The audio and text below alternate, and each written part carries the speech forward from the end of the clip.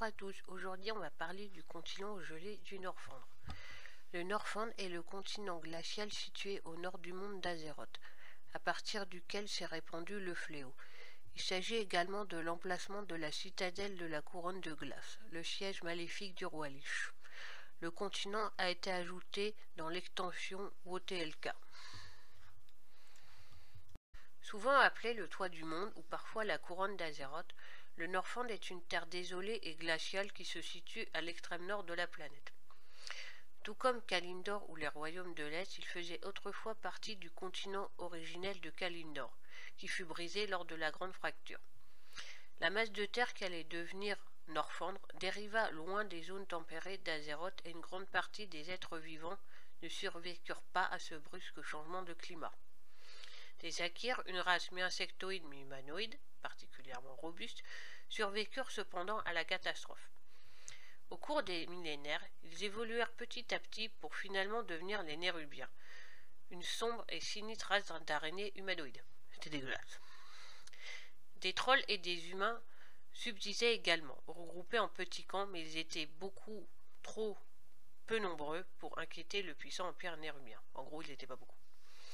En Nordfendre se trouve aussi la désolation des dragons, une immense plaine de glace jonchée des os de milliers de dragons.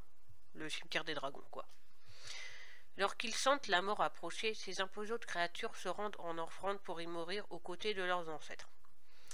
Le vol draconique bleu, dirigé par le mystérieux Malygos, maintenant Kalecgos, surveille la désolation des dragons et s'assure que nul ne vienne troubler la quiétude des lieux. Les dragons bleus menaient cette tâche à bien pendant de nombreux millénaires, jusqu'à l'arrivée du roi Lich. Lorsque le chaman Ner'zhul, ivre de pouvoir, emprunta l'un des nombreux portails dimensionnels qu'il avait ouverts sur Draenor, il tomba nez à nez avec Il'janden.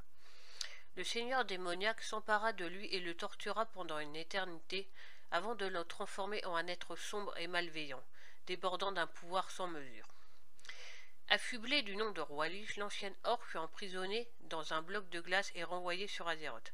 La prison de Ner'zhul s'écrasa sur le Nordfendre et traversa la glace jusqu'à atteindre le fond du glacier de la couronne de glace.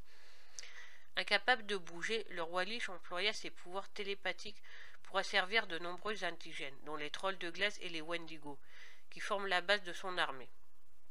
Les Nérubiens, conscients de la menace que représentait le roi Lich, non seulement pour eux mais pour le monde entier, attaquèrent les forts de Ner'zhul, débutant ainsi la guerre de l'araignée.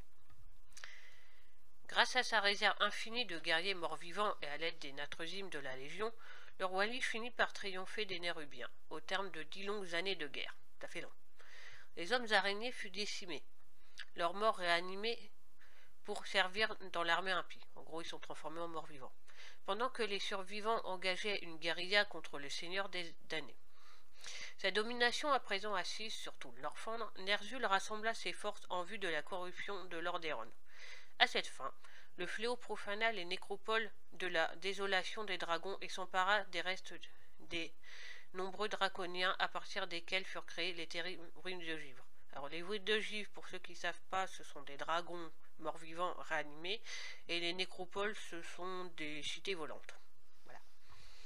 Plus tard, le mage de Dalaran, Kel'Thuzad, entendit l'appel du roi Lich et voyagea jusqu'en Nordfendre pour rencontrer son nouveau maître.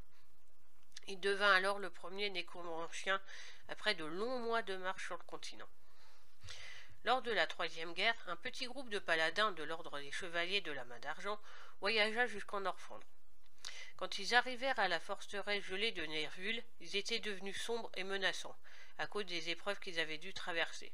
Le roi Lich leur offrit un grand pouvoir en échange de leur royauté et ils acceptèrent ainsi de devenir des chevaliers de la mort à son service. Dans les années qui suivirent, le Nordfendre fut le théâtre de nombreux événements. Le prince Arthas, venu à la poursuite du seigneur de l'effroi Mal'Ganis dans l'espoir de détruire le fléau, y trouva la damnation et la corruption lorsqu'il s'empara de l'épée runique d'Œil-Givre.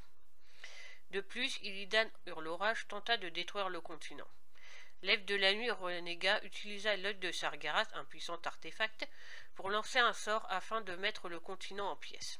Le but de ce plan était de faire fondre la calotte glaciaire et d'ainsi rendre la couronne de glace vulnérable. Malheureusement, ce plan échoua. Les Nagas et les elfes de sang d'Illidan assiégèrent ensuite la citadelle de la couronne de glace dans une tentative de détruire le roi Lich. Leurs plans furent cependant déjoués par Arthas et Anub'arak et Ner'zhul fusionna avec Arthas, se libérant ainsi du trône de glace. Cependant, alors que les mortels se battaient à la surface du Northrend, ils ignoraient que les séismes provoqués par Elisdan avaient réveillé des choses anciennes et horribles.